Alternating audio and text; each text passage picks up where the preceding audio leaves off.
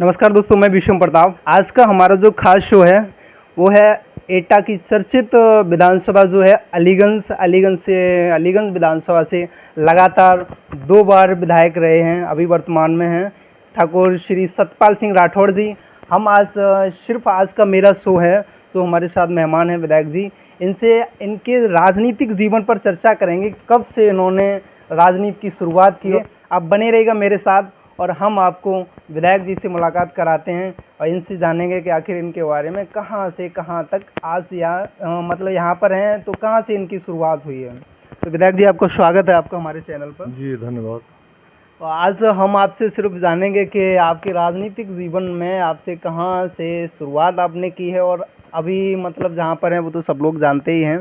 तो सबसे पहले हम जानेंगे आपका मूल जन्म स्थान आपका मतलब कहाँ पे है। मूल जन्म स्थान हमारा एक छोटा सा गांव है नगला मई, और ये इसका मौजा पड़ता है उवई असदनगर, जो अलीगंज सराय रोड पर यहाँ से 10 किलोमीटर स्थित है। अच्छा, अलीगंज से 10 किलोमीटर। जी जी जी। अच्छा, आपने स्कूली शिक्षा अपनी कहाँ से ग्रहण की थी। देखिए, उस समय जब हम लोग पढ़ रहे थे तो गांव में प्राइमरी था उवई असदनगर में। अच्छा। उसके बाद जूनियर के लिए हमें पैदल 5 किलोमीटर से ज़्यादा पड़ता है खरसुलिया गांव में। जूनियर हाई स्कूल वहाँ था, वहाँ से जूनियर किए। उसके बाद डीएवी इंटर कॉलेज अलीगंज में हमने हाई स्कूल करने के बाद साइंस आर्ट में थे और फर्स्ट ईयर की पढ़ाई हो रही थी। उस समय हमारे क्षेत्र में डकैतों को बहुत बड़ा आतंक था। अच्छा। और मेरे घर पर ही डकैती पड़ी थी, और डकैती के बाद जो हमारे हमसे बड़े भाई थे उनकी डेथ हो जाती है। अच्छा, आप 2 भाई थे। नहीं, हम 6 भाई थे। अच्छा, 6 भाई। बाकी सब लोग सर्विस में थे।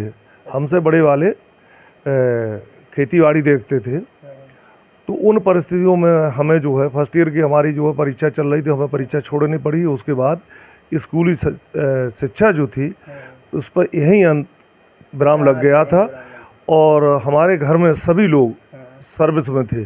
तो उस समय एक समय ये था कि एक घर में एक व्यक्ति को घर पर रहना है और खेती बाड़ी भी देखनी है, और भगवान की कृपा से ज़मीन जायदाद पुश्तैनी अच्छी थी। तो माताजी पिताजी की उसमें डकैती में बहुत पिटाई हुई और बहुत नुकसान हुआ घर पे। तो हमें फिर पढ़ाई छोड़ के घर पर रहना पड़ा। अच्छा, जैसे आपके पिताजी भी राजनीति में सक्रिय पहले रहे हैं या फिर वो खेती वगैरह? नहीं, वो बिल्कुल अपने घर पर रहते थे, जमीन जायदाद ठीक थी। अच्छा। और राजनीति हमसे पहले कोई एक गांव पंचायत के सदस्य का चुनाव होता है, वो भी कोई नहीं लड़ा। अच्छा, तो आपके भाई कोई और अब दूसरे भाई आपके कोई राजनीति में सक्रिय नहीं है, वो मतलब सब लोग सर्विस में हैं, नौकरी? ना, वो लोग सर्विस में हैं। आज हम 2 भाई हैं इस समय जीवित। अच्छा, और बाकी लोगों की डेथ हो गई है। सभी लोग जो है सरकारी जॉब में रहे, और अगली पीढ़ी भी है अच्छी जगह पे। ये जो चोरी वगैरह जो हुई थी पहले, तो उस समय सरकार किसकी थी? उस समय जनता पार्टी की सरकार बनी मनी थी। अच्छा। और ये गैंग बहुत सक्रिय थे उस समय गांव में। हम लोगों को 2 जगह रहना पड़ता था। शहर में भी मकान किराए पे लेकर रहते थे बचाव के लिए। रोडें नहीं थी, कोई और व्यवस्था नहीं थी, और हमारा तो क्षेत्र जो है आतंक का, डाकुओं का आतंक का पर्याय रहा। आप देखिए, अभी भी एक रोड है जो है नया गांव से जो आती है ठटगरा के लिए, वो डाकू रोड के नाम से है। अच्छा। हाँ जी। अच्छा, आपकी राजनीतिक जीवन की राजनीतिक सफ़र की शुरुआत ये मतलब कहाँ से हुई? कब सबसे पहले आपने ये कब सोचा कि क्यों सोचा कि राजनीति में हमें आना चाहिए? ऐसा था सन 1980 में। सबसे पहले हमारे यहाँ उवई असदनगर पर सागन सहकारी समिति है, उसके जो है हम अध्यक्ष बने थे। और उसके बाद 1982 में ग्राम पंचायत के प्रधान के चुनाव हुए थे, और उसमें उम्र 30 साल चाहिए थे। तो 1980 में हमारे फादर की डेथ हो गई थी कैंसर से। तो हमारी उम्र नहीं थी, तो माता जी को 1982 में पंचायत का पहली महिला प्रधान बनी थी, और प्रधानी का चुनाव लड़ाया था और ब्लॉक अलीगंज में सबसे ज़्यादा वोट से उस समय उनकी जीत हुई थी। वहाँ से राजनीति की शुरुआती कदम रहा। उसके बाद हम आपने आपने पहला चुनाव कब और मतलब किस पे लड़ा था? इसके बाद हम 1989 में हम प्रधान बने हैं और 89 से पहले अपनी ग्राम पंचायत के और लगातार अपनी जो सोसाइटी थी उसके अध्यक्ष रहे और यहाँ मार्केटिंग सोसाइटी है अलीगंज में, इसके भी अध्यक्ष रहे और चीनी मिल जो है अपने कायमगंज में, तो अलीगंज अपना पड़ता उसी चीनी मिल से लगता है अलीगंज तहसील, तो यहाँ से लगातार डायरेक्टर रहे कई साल चीनी मिल के। 91 में जनता दल से पहली बार चुनाव लड़े, विधायक का, हाँ एमएलए का चुनाव लड़े।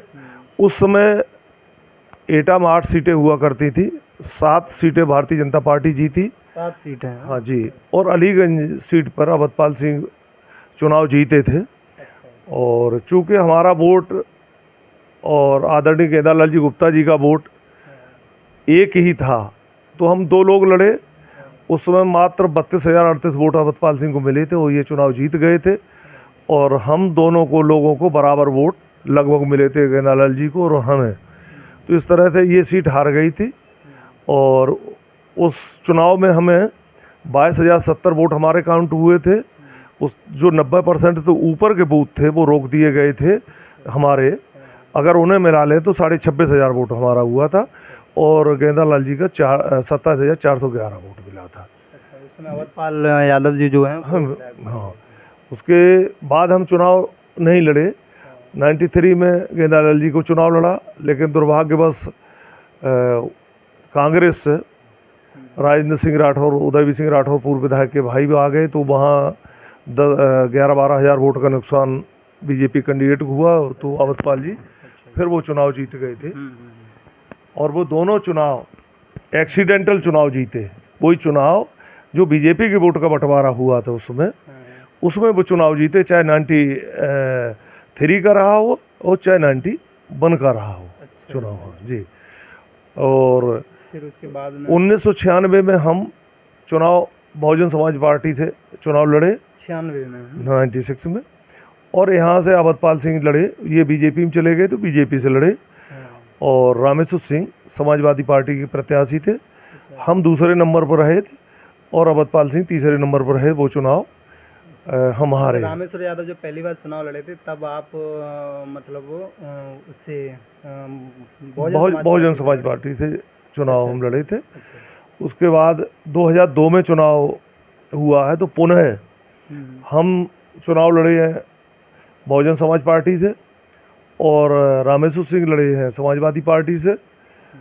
चंद्र प्रताप सिंह जो अवधपाल सिंह के अनुज थे वो लड़े बीजेपी से और आदरणीय बाबूजी ने उस समय क्रांति पार्टी बनाई थी, उससे डॉक्टर अशोक रतन साके जो आज हमारी पार्टी में हमारे ब्लॉक प्रमुख हैं वो चुनाव लड़े थे और उस चुनाव में रामेश्वर सिंह चुनाव जीते थे, हम दूसरे नंबर पर रहे थे और डॉक्टर अशोक रतन तीसरे नंबर पर रहे थे और चौथे नंबर पर अवधपाल सिंह का अनुज जो है चंद्र प्रताप सिंह रहे। अच्छा, फिर इसके बाद में फिर 2002 की बात है वो? जी। फिर 2004 में आदरणीय प्रमोद महाजन जी जब लोकसभा के चुनाव थे तो डॉक्टर अशोक रतन साके को बीजेपी से टिकट मिली थी और वो लोकसभा चुनाव लड़ रहे थे। उस समय हमें बीजेपी में शामिल कराया था और डॉक्टर अशोक रतन साके उस समय लगभग 76 या 77 हज़ार वोट यहाँ से पहली बार पाए थे अलीगंज विधानसभा से। उस समय अलीगंज विधानसभा एटा संसदीय क्षेत्र के अंतर्गत लोकसभा के अंतर्गत जी उस समय। और उसके बाद हमें 2007 में टिकट नहीं मिली, 2012 में भी हम चुनाव नहीं लड़े, 2017 में जब मतलब 1 दशक तक आपने कोई चुनाव नहीं लड़ा? हाँ, फिर चुनाव नहीं लड़ा, लेकिन राजनीति में सक्रिय रहे और यहाँ पे समाजवादी पार्टी चाहे वो 2004 से 7 में रही हो, चाहे 12 से 17 में रही हो, उस समय हम लोगों को कितना झेलना पड़ा है, फर्जी मुकदमे, और बहुत कुछ झेलना पड़ा है। और बताएं पीछे की आपको, थोड़ा बताइए जो भी भारतीय जनता पार्टी जब सरकार थी तो चूंकि प्रतिद्वंदी हमारे उस पहले अवधपाल सिंह थे, तो 1996 से लेकर ये बीजेपी में जब शामिल हो गए तो मिली जुली सरकार बाद में भारतीय जनता पार्टी की और बीएसपी बनी, उसके बाद फिर भारतीय जनता पार्टी की सरकार रही। उसके बाद इन्हें भी हमें भारतीय जनता पार्टी की सरकार में भी अवधपाल जी ने भी जितना भी नुकसान कर सकते थे हमारा किया, चाहे फर्जी मुकदमे हो, चाहे राजनीतिक नुकसान हो, जो भी कर सकते थे उस समय इन्होंने भी किया। तो हमें भारतीय जनता पार्टी को भी झेलना पड़ा। और जब 2007 से 12 में जब वो विधायक हुए, नहीं अवधपाल जी विधायक बने, वो मंत्री बने, तो बीएसपी की सरकार में भी हमें बीएसपी को भी झेलना पड़ा। उस समय इनके भी द्वारा हमारा उत्पीड़न, के हमारे परिवार का हमारा उत्पीड़न हुआ। 7 से 12 के बीच में भी आप पे केस वगैरह जी उत्पीड़न हुआ। और जो भी हम लोग धंधे कर रहे थे उनमें भी नुकसान करने की चेष्टा की गई है।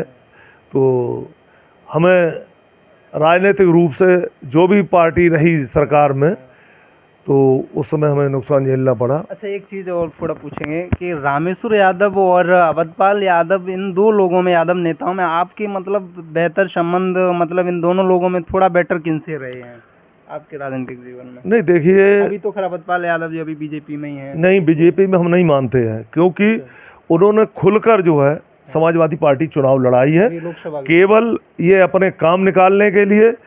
और बीजेपी में अपने जो पुराने मुकदमा वगैरह जो इन्हें लगे हैं, जो रामेश्वर सिंह द्वारा उस समय लगाए थे, आज दोनों लोग एक हैं। दोनों लोग एक हैं। और इस चुनाव में पूरी जनता जानती है कि लोकसभा चुनाव में खुलकर जो है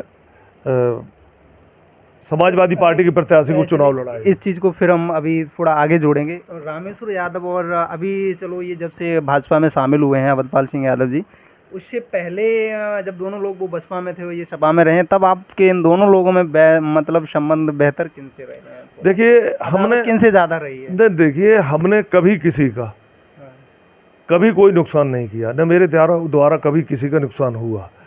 लेकिन हमारे लिए दोनों, जैसे ट्रक पर लिखा रहता है, कृपया उचित दूरी बनाए रखिए, हमने दोनों लोगों से हमेशा उचित दूरी बनाई है। हमारे संबंध न इनसे ज़्यादा अच्छे रहे कभी, न उनसे, चूँकि राजनीतिक दृष्टि से ये हमेशा दोनों व्यक्ति हमें प्रतिद्वंदी हमेशा मान के चले, इसलिए जो है उचित दूरी हमारी रही। न हमारे कभी अच्छे संबंध रहे और न हमने अपनी तरफ से कभी ऐसे संबंध रखे कि किसी के खिलाफ ऐसी कोई कार्रवाई करें जिससे कि जो है समाज में गलत संदेश जाए, और न कभी की है। अच्छा, रामेश्वर यादव के जो भाई हैं जोगेंद्र सिंह यादव, तो उनका एक पहले भी कई एक वीडियो भी वायरल हुआ था, एक आपका भी हो रहा था, जैसे क्षत्रियों के ऊपर उन्होंने कुछ बयान दिया था, फिर आपने उनको जवाब भी दिया था। तो उसको उस समय उसको लेकर मतलब क्या वो बात हो गई थी जो फिर? नहीं, ऐसा है, ये चुनाव जब 17 से 22 के बीच जोगेंद्र, हम एक बात और जोगेंद्र सिंह यादव ने एक बात ये कही थी वीडियो में कि सरकार चली जाने दो और फिर विधायक चली जाए, उसके बाद में हम देखेंगे। तो इसके विषय में मतलब क्या? देखिए, उस विषय में ज़्यादा हमें कुछ कहना नहीं है। वो जो बोले थे उस समय चुनाव नज़दीक था और वो राजनीतिक भाषण था उनका कि अपने लोगों को मजबूत करना, लेकिन जनता ने उन्हें जवाब दे दिया। 2022 में पुनः इस सीट पे है, जनता जनार्दन के आशीर्वाद से और ऊपर वाले के आशीर्वाद से पुनः इस सीट पे जीत के आए। उन्हें जनता ने जवाब दे दिया, हमें जवाब देने की ज़रूरत नहीं पड़ी। तत्काल जब उन्होंने जो कहा था उसका जवाब हमने उन्हीं की भाषा में उन्हें दे दिया था। वो अपने जो वोटर थे उन्हें मजबूती देने के लिए ये चुनावी भाषा बोल रहे थे, तो जो चुनावी भाषा जब वो बोल रहे थे उसी भाषा में हमने उस समय जवाब दे दिया था। 2017 में भी आपने चुनाव जीता रिकॉर्ड मतों से भी, एक तरह से आपके सामने एक मतलब पूर्व मंत्री थे और एक रामेश्वर यादव भी थे। जी उसके बाद 2022 में भी आपने चुनाव जीता। जी लेकिन उसका अंतर फिर कम हो गया 2022 में। देखिए, यहाँ के राजनीतिक समीकरण, लेकिन फिर तो तब तो अवधपाल सिंह यादव भाजपा में ही शामिल थे, फिर तब तो भाजपा में शरीर था, आत्मा नहीं थी। शरीर था, आत्मा नहीं थी। आत्मा नहीं थी। और इसमें भी आपने देखा वो शरीर है, आत्मा नहीं है। लोकसभा चुनाव 24 में। 24 में भी पूरी जनता को मालूम है। रही बात चुनाव, उस समय आदरणीय मौर्य जी, स्वामी प्रसाद मौर्य जी 2017 में भाजपा के साथ थे और वहाँ यहाँ इस विधानसभा क्षेत्र में विशेषकर साक्य समाज पर उनकी अच्छी पकड़ है, क्योंकि उनकी बेटी 2012 के चुनाव में यहाँ लड़ी तो सीधे लोग जुड़े हुए थे। वोट भी अक्सर काफ़ी संख्या में है साक्य समाज। हाँ, साक्य समाज के अच्छी तादाद में वोट है। और 17 में चूँकि पीछे जाते हैं हम, 14 में लोकसभा चुनाव में आदरणीय मोदी जी की लहर थी। उसके बाद भी इस विधानसभा क्षेत्र में हम लोग भारतीय जनता पार्टी 67,000 वोट से चुनाव हारी थी। 67,000 वोट से चुनाव हारी थी। और भारतीय जनता पार्टी की सूची में, कैटेगरी की जो सूची बनती है पार्टी, उसमें ये सी ग्रेड की सीट थी। मतलब जीत जाए तो ठीक है, तो ऊपर वाले की कृपा से और पार्टी के शीर्ष नेतृत्व की कृपा से हमें यहाँ से टिकट मिली। और 2017 में लगभग 14,000 वोट से हम यहाँ से विजयी हुए। 2022 में चूँकि उस समय अवधपाल जी भी चुनाव लड़ रहे थे, तो कुछ न कुछ वोट उनने बीएसपी में लड़े थे, तो कुछ न कुछ यादव वोट काटा था। 2022 में नहीं 2017 में काटा था। 2022 में एक पे एक चुनाव हुआ। बीएसपी के कैंडिडेट को जो लड़े थे उन्हें मुस्लिम वोट मुश्किल से 2,000 वोट मिले होंगे। बहुत कम संख्या में समाजवादी पार्टी को मुस्लिम भी गया और ये चुनाव एक पे एक हो गया। और चूँकि यहाँ पे यादव वोट तादाद में ज़्यादा है, आदरणीय स्वामी प्रसाद मौर्य जी सपा में थे, वहाँ भी नुकसान हुआ। और चुनाव से जो एक दिन पहले 2 दिन पहले उनकी यहाँ पे कार्यक्रम भी उनका लगा था, उसका भी असर रहा। लेकिन फिर भी जीत तो होती है। और हाँ, क्योंकि इतने ही लगभग वोट से हम पहले 2 चुनाव हारे हैं, तो ये चुनाव जो हम 3800 वोट से जीते थे। और जो ये चुनाव जो 2022 वाला था, एक पे एक था। अच्छा, आने वाला जैसे अब ये जैसे आपको लग रहा है जैसे ये 2024 का जो चुनाव हुआ है, इसमें आपने कहा है कि अवधपाल सिंह यादव जी जो हैं मतलब सपा का उन्होंने समर्थन किया था, और भारतीय जनता पार्टी अलीगंज से काफ़ी अंतर से मतलब पिछड़ी है लोकसभा चुनाव में फर्रुखाबाद में। तो क्या आने वाले विधानसभा चुनाव में अगर कहीं ऐसा गणित रहा तो फिर क्या स्थिति रहेगी, फिर आप कहाँ देखते हैं? देखिए, इस चुनाव में 2027 वाले चुनाव को लेकर कोई चिंता नहीं है। इस चुनाव में हम आपको बता दें, जो भी प्रत्याशी थे भारतीय जनता पार्टी के, लगातार रिपीट हुए और बहुत बड़े आत्मविश्वास में थे कि हम लोग जो है चुनाव जीत रहे। तो चुनाव बहुत हल्के में लिया, एक चीज़ रही। दूसरी, जब साक्य समाज का प्रत्याशी आया तो बहुत बड़ी तादाद, हालांकि साक्य समाज का वोट अब भी हमें मिला है, ऐसा नहीं कि पूरा चला गया, लेकिन तो नहीं गया, लेकिन बड़ी अच्छी तादाद में साक्य समाज जो भारतीय जनता पार्टी का कोर वोटर रहा है, वो यहाँ से शिफ्ट हुआ समाजवादी पार्टी के लिए, वो सजाती प्रत्याशी होने की वजह से, और एक तरह का माने कि वो चुनाव प्रत्याशी समाजवादी पार्टी के जो थे श्री डॉक्टर नवल किशोर साक्य जी, वो लगभग आपको भी पता होगा 1 साल पहले से चुनाव लड़ रहे थे यहाँ।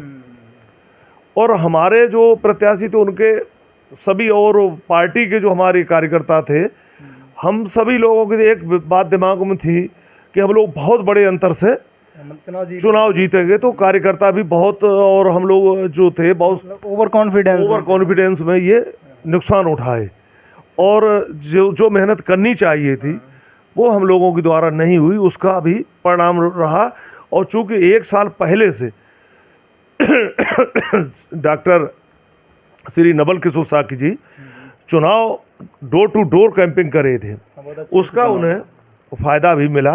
अच्छा, तो भाजपा सांसद जो मुकेश राजपूत जी हैं, उनका जैसे ये तो आपको भी पता भी होगा, हम तो खैर घूमे ही हैं क्षेत्र में, कि उनका लगातार पहले भी रहे हैं, दूसरी बार रहे हैं, लेकिन उनकी जो मतलब पकड़ थी, दूसरी बार हो गई पकड़ थी जो उनकी, वो मतलब कमजोर रही, तीसरी बार हुए लगातार। नहीं, तो ऐसा कुछ नहीं है। जनता में थोड़ा मतलब नहीं, जुड़ाव कम था, उसकी वजह से भी ये हुआ होगा। ऐसा नहीं है जो हम बता रहे हैं। हम लोग आत्मविश्वास में एक चीज, कई कारण रहे, हम लोग ये मान के चल रहे थे हम लाखों वोट से जीत रहे हैं। अच्छा, आप ये बात नहीं मानते हैं मतलब सांसद जी का मतलब जनता से थोड़ा मतलब नहीं जुड़ाव करते नहीं, सांसद हमारे में बहुत मृदुभाषी है और जनता नहीं, में मृदुभाषी तो है, मतलब सरलता है, सरलता लेकिन है। लोगों में मतलब जुड़ाव थोड़ा लोगों को अपेक्षाएं, जहाँ सांसद हो चाहे विधायक हो, उससे बहुत ज़्यादा अपेक्षाएं रहती हैं। और गांव के लोग जो है, चाहे गांव का काम हो, चाहे नगर पंचायत का, चाहे नगर पालिका हो, चाहे जिला पंचायत का हो, वो सांसद विधायक से ही उम्मीद ज़्यादा रखते हैं। अब आप देखिए, मेरा फ़ोन देख सकते हैं आप, रात को 2 बजे अगर बिजली जा रही है तो लोग फ़ोन कर रहे हैं कि विधायक जी बिजली कट हो गई है और हम बच्चे लिए सड़क पर बैठे हैं, और मैं फ़ोन रिसीव करना पड़ता है। तो अपेक्षाएं हम लोगों से ज़्यादा होती है, आपसे होती हैं। गाँव की जिम्मेवारी गाँव के विकास के लिए, ब्लॉक है, ग्राम पंचायत है, ग्राम प्रधान है, जिला पंचायत है। लेकिन आप देखिए अलीगंज की रोडें देखिए आज, और विकास की बात करें तो एटा जनपद में आप कल्पना कर सकते हैं कि 12-13 हज़ार करोड़ की लागत से पावर प्लांट बना, जो इसका जो है शिलान्यास कांग्रेस की जब सरकार हुआ करती थी, एनडी तिवारी मुख्यमंत्री थे, तब हुआ था, पड़ा था, और हमारी सरकार में ये बनाया गया। नहीं, सपा सरकार अखिलेश यादव ने इसकी नींव रखी थी। नहीं, नींव रखने तो पत्थर तो वो पता नहीं कहाँ कहाँ रखे चले गए। मेट्रो लखनऊ, वो तो कहते हैं हमने ये मतलब ये दिया है। देखिए उन्होंने आगरा, लखनऊ, कानपुर, लखनऊ में 2 किलोमीटर मेट्रो बना के उद्घाटन कर दिया। एक्सप्रेस वे अधूरा, उसका उद्घाटन करके चले गए। पेमेंट हमारी सरकार में हुआ, कंप्लीट हमारी सरकार में हुआ। आगरा की आप देखिए मेट्रो, चाहे कानपुर की, वो केवल पत्थर लगा के चले गए। इसका पत्थर आप देखिए, पत्थर लगाने तो रखो, पत्थर तो कांग्रेस ही सरकार में भी लगा था और इसमें भी लगा। उसके बाद आप देखिए एटा जैसे जनपद में मेडिकल कॉलेज हम लोग सोच भी नहीं सकते थे। 2-2 सीमेंट की फैक्ट्री एटा में लग रही है। बाईपास की समस्या थी, एटा की दूर हुई। हमारा नेशनल हाईवे कंप्लीट हुआ, दिल्ली टू कानपुर।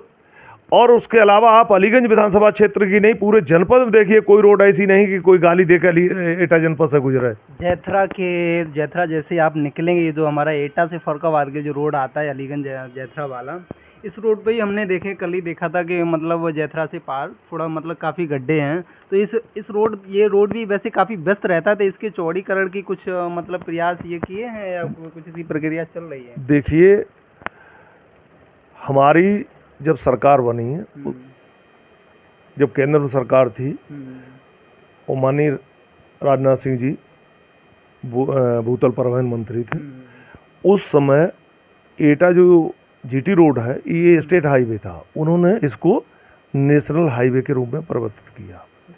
दूसरी बता दें आपको, अलीगंज एटा टू फरुखाबाद ये प्रमुख जिला मार्ग था, हमारी सरकार में इसको जो है स्टेट हाईवे घोषित किया है। मैनपुरी टू बदायूं ये भी स्टेट हाईवे घोषित किया। अब धीरे धीरे प्रक्रिया चल रही, पहले से चौड़ाई भी बढ़ी रोड के। जो आप गड्ढों की बात कह रहे हैं, एक इसमें जनता को भी जागरूक होना चाहिए। सरकार सब कुछ नहीं कर सकती है। आप बताइए, रोड के किनारे लोग नाली नहीं बनने देते, बन जाती तो उसमें मिट्टी दबा देते हैं। और आप देखिए 1 किलोमीटर से ज़्यादा सीसी बनी है जैथरा में, जो मेन रोड पे। उसके बाद जहाँ सीसी का एंड होता है, उसके बाद फिर पानी भरना शुरू। तो वहाँ जब पानी भरेगा, नाली नहीं है, पानी भरेगा तो स्वतः गड्ढा बनेगा।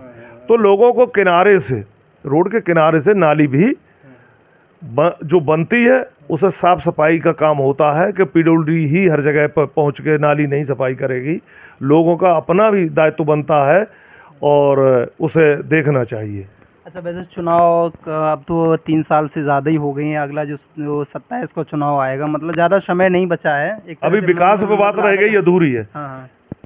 अलीगंज विधानसभा क्षेत्र में जाने कितने सालों से एक डिमांड चल रही थी बस स्टैंड की। हाँ, और आप देखिए बस स्टैंड कितनी अच्छी जगह बन के तैयार हुआ।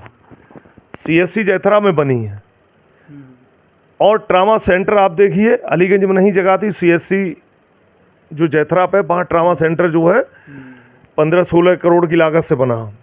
आप देखिए अलीगंज में बहुत अच्छी जगह पे ITI कॉलेज बन के तैयार है। अच्छा। पिछली सरकारों में जो गवर्नमेंट कॉलेज बनाए गए हैं, आप देखिए ऐसी जगह पर बनाए गए हैं। या आदरणीय पूर्व विधायक जी ने अपने गांव में रखा है गवर्नमेंट इंटर कॉलेज, वहाँ 5 बच्चे नहीं है, कब का बना हुआ विद्यालय है, उसका पैसा भी बेकार गया और वहाँ कोई छात्र पढ़ने के लिए नहीं जाता है।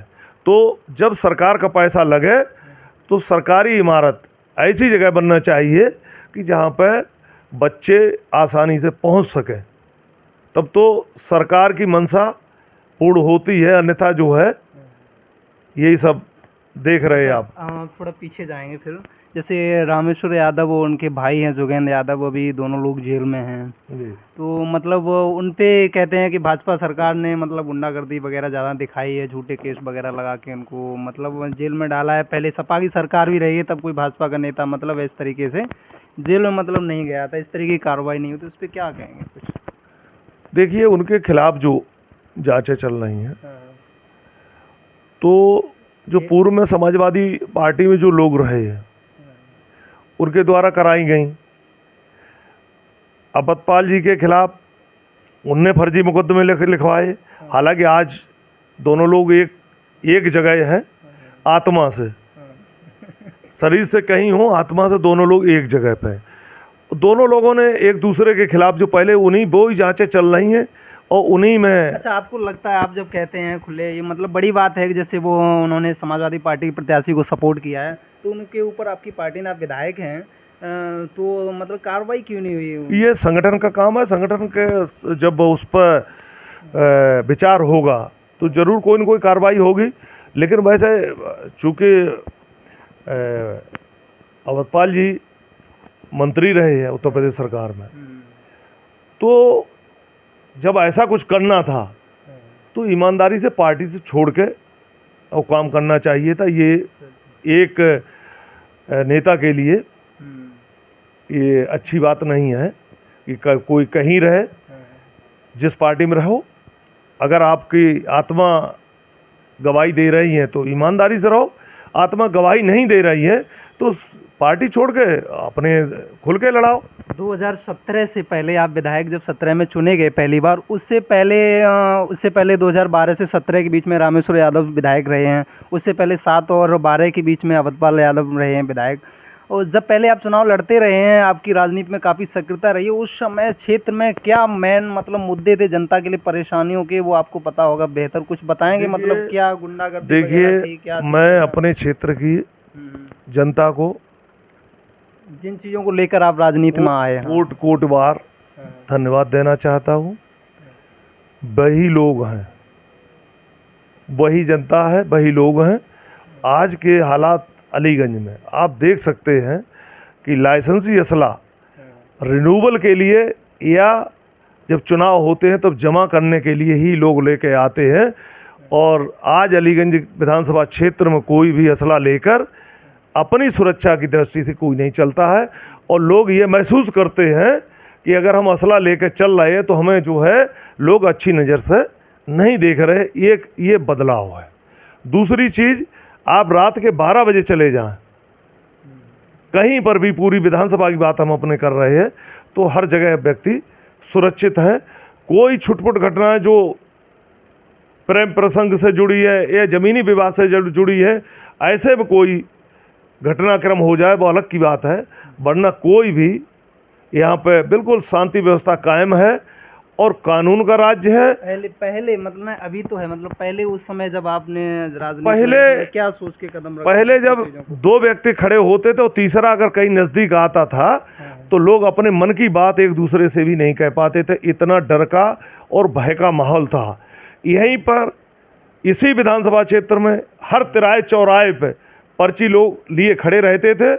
कोई ट्रैक्टर लेकर आ रहा है, कोई ट्रक से आ रहा है, कोई अपनी गाड़ी से आ रहा है, तो उसे टैक्स देकर ही रोड से गुजरना पड़ता था। आज की तारीख में ऐसे लोग कहीं पर दिखाई नहीं दे रहे हैं। आज कानून का राज है, लोग कानून व्यवस्था से बहुत खुश हैं। और रही बात तो जो चल रही थी वो अधूरी रह गई, जो चुनाव वाली, चुनाव जो लोकसभा का था वो हम कई कारण से, एक कारण मुख्य जो रहा, वोट शिफ्ट हुआ, हमें वोट उस हिसाब से नुकसान नहीं हुआ। वोट जो है एक इन्होंने विपक्षी लोगों ने, भारतीय जनता 2 विधानसभा में हारी है, मतलब पिछड़ी, एक अलीगंज है, एक देखिए यहाँ जाति समीकरण भी हमारे खिलाफ पड़ रहे थे। दूसरी चीज और बता दें आपको कि जो संविधान वाला मुद्दा था वो हम लोग नहीं समझ पाए कि इन लोगों ने इसको किस तरीके से प्रचारित करके। 2 फर्रुखाबाद में 2 विधानसभाएं हैं, जो भोजपुर एटा वो फर्रुखाबाद सदर थी, उसमें तो मतलब भाजपा ने बढ़त बनाई थी, फिर उसमें मतलब क्या समीकरण रहा है जो कि वो। देखिए आप वो अंतर देखिए विधानसभा का पहले का। अच्छा, उसमें अंतर मतलब इतना, उसमें बड़ा अंतर है। हम 3800 वोट से चुनाव जीते और वो 30,000 और 35,000 और 40,000 से जीते थे। वो अंतर वहीं पर अलीगंज विधानसभा क्षेत्र में अंतर ज़्यादा नहीं आया है। उस हिसाब को देखेंगे कई विधानसभा क्षेत्र हैं, जैसे उदाहरण दें पटियाली का।